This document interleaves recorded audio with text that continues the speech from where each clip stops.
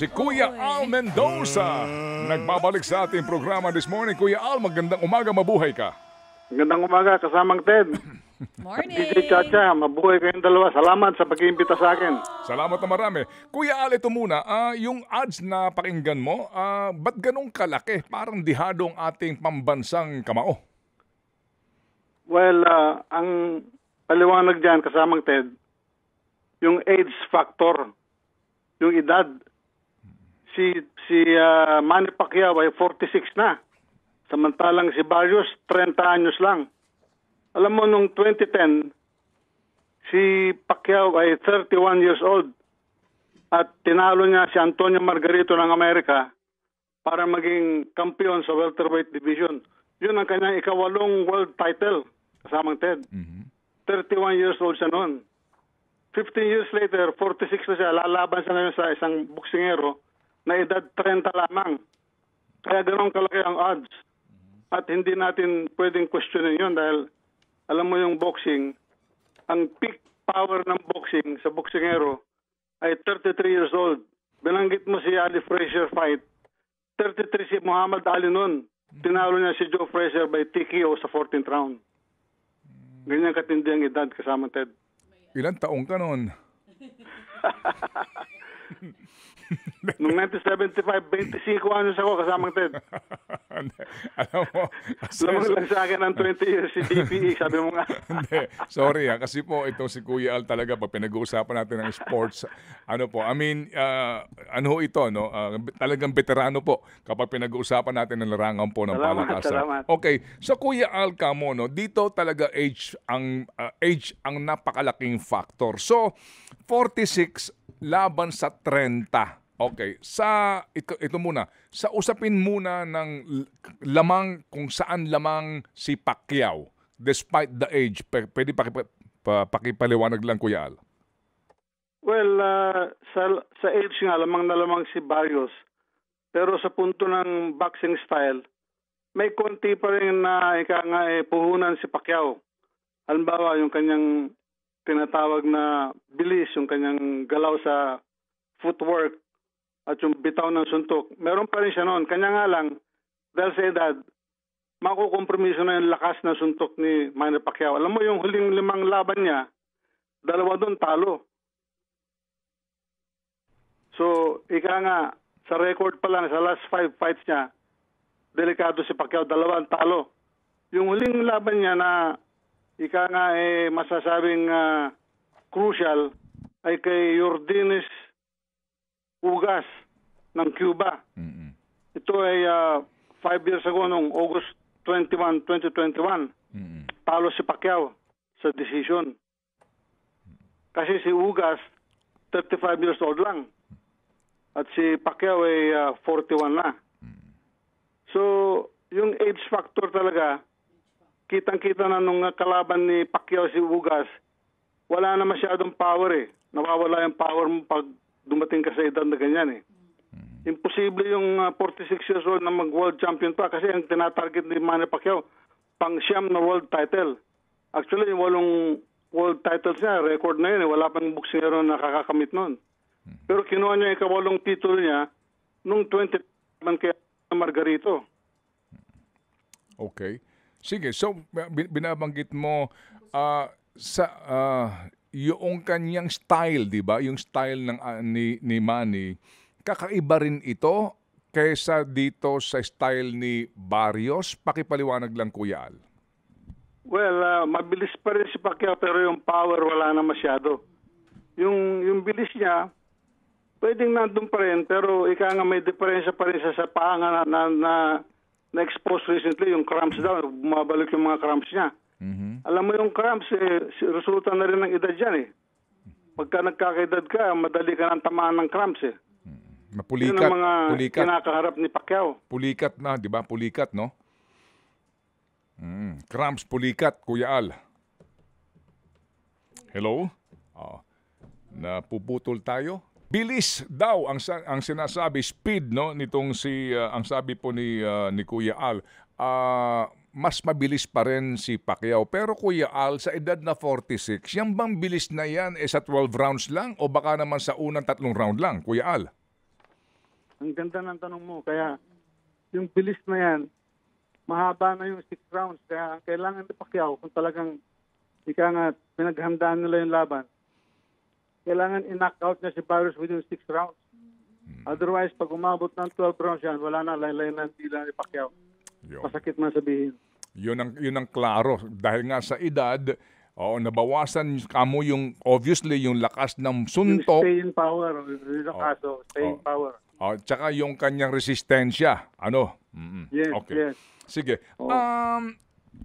Kung mapapansin mo, kuya, no, itong si Mario Barrios, yung style niya, hindi siya takbo ng takbo.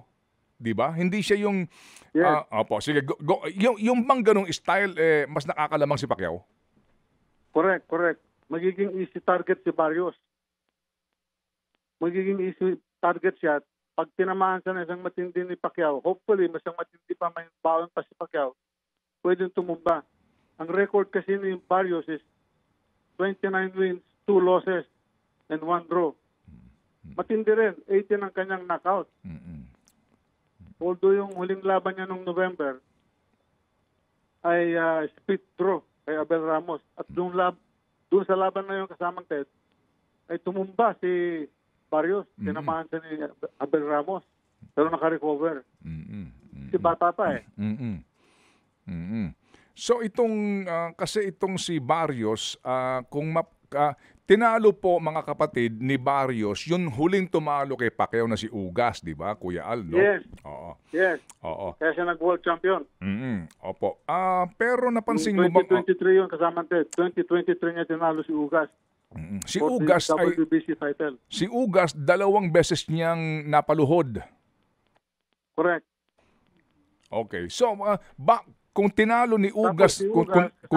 Tapos si Ugas, Samanted, naputol kita, si Ugas ang tumalo kay Pacquiao. And yet, tinalo siya ni Barrios.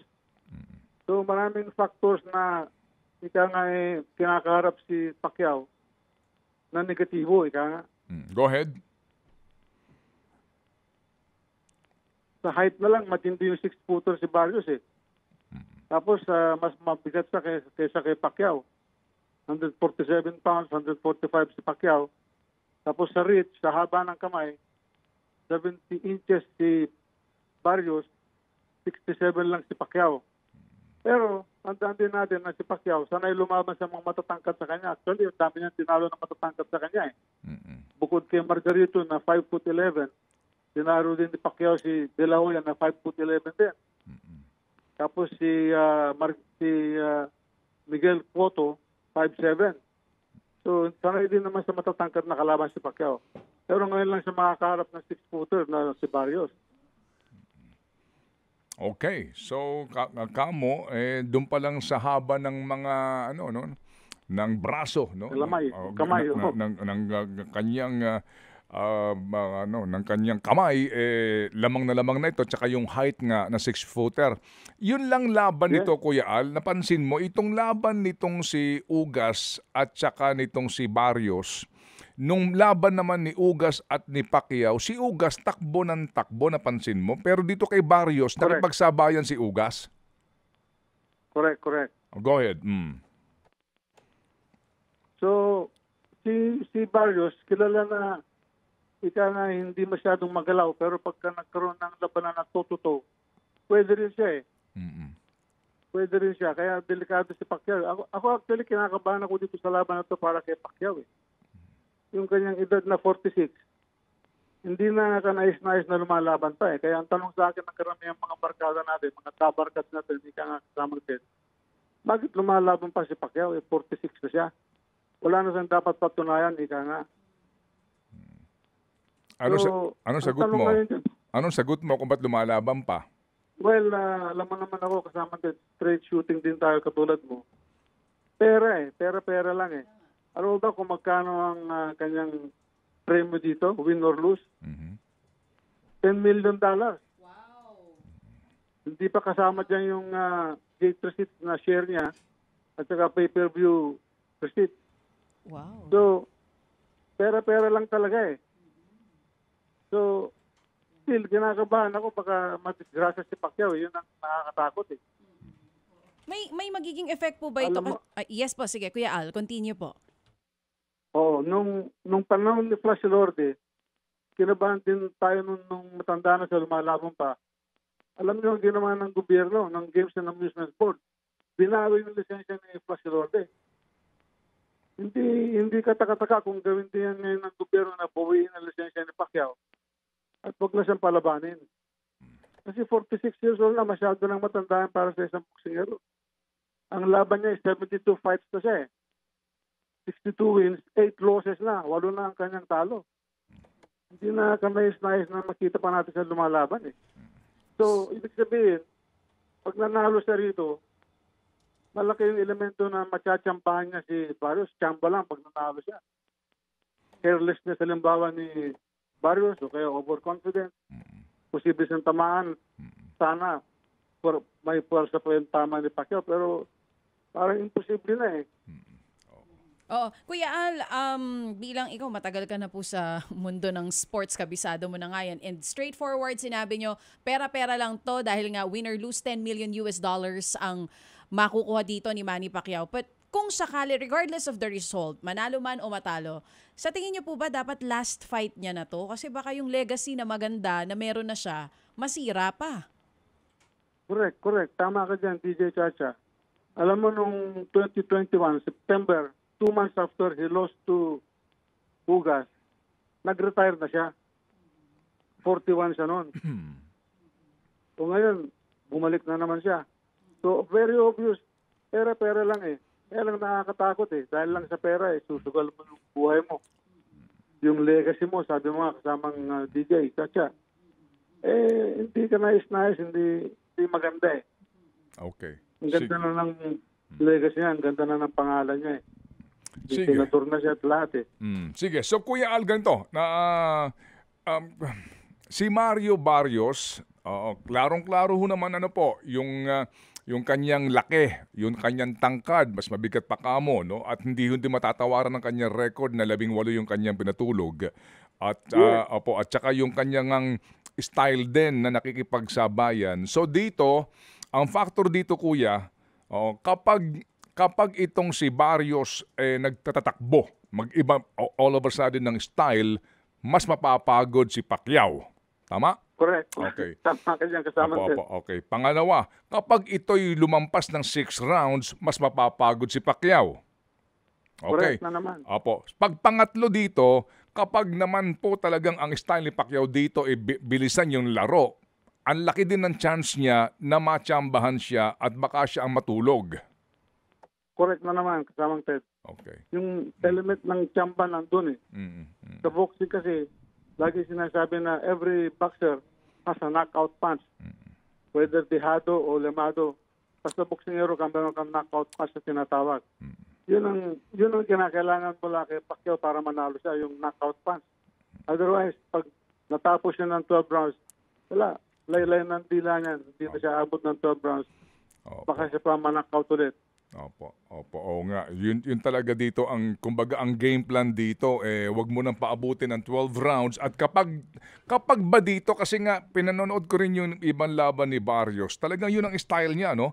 Hindi siya takbo, Yes, hindi siya may takbo style ng takbo. Dito ba kapag all of a sudden nag-iba siya ng style, yung takbo siya ng takbo, yari si Pacquiao dito? Yun na nga ang nanabangan natin. Tatakbuhan niya si Pacquiao at Pacquiao ang susugod na susugod. Kasi gusto ni Pacquiao tapusin agad ang laban para may iwasan niya yung pagprotekta niya sa kanyang resistensya. So, early knockout ang kailangan ni Pacquiao para manalo. Okay. Otherwise, wala. Ubus siya kay Barrios. Okay. 6-footer, 147 pounds, 70 inches ang reach. Ang lalaki ng mga lamang niya kay Pacquiao. Oo nga.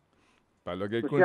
Masyadong mismatch Oo, mismatch. Yun ang kinatatakutan ko. Sabi ko nga sa Mang Ted, yung baka madisgrasya si Pacquiao Dapat hindi na pinapayagan yung ganyan. 46 years old ka na, 8 world titles ka na. Ang ganda na ng record mo, tinalo mo na sina De La Hoya, sina Margarito, sina Cotto, magagaling lahat. Oo, dapat hindi pinapayagan pero syempre pera din ng promoter ito, pera din ito ng television, ano? Opo, yung mga sa Las Vegas na siyang in charge dito. O sige, Kuya Al, Opo, ito na lang sa panghuli ha. Oo. Balikan ko lang, kuya. Yung si Ugas, yung style niya kay Pacquiao, takbo ng takbo, di ba? Ginawa ni Ugas yung kay Pacquiao. Kaya napansin mo nung bandang huli, he was so frustrated, hindi siya makatsyempo. Natalo siya eventually, di ba, si Pacquiao ni Ugas? Yes. Okay. Oo, on points, no? Pero dito, si Ugas, nagkamali din naman kasi nga nakipagsabayan siya dito sa mas matangkad rin sa kanya at mas bata din, kaya siya natsyempohan, nagulpi si Ugas dito dugo pati bibig nito Correct. Okay. So pwede na gawing style nitong si Barrios sa laro, yung style ni Ugas na takbo ng takbo and then di ba kasi yung jab nitong itong jab niya sa kaliwa malakas din ni si Barrios. Malakas, oo. Meron din, oo.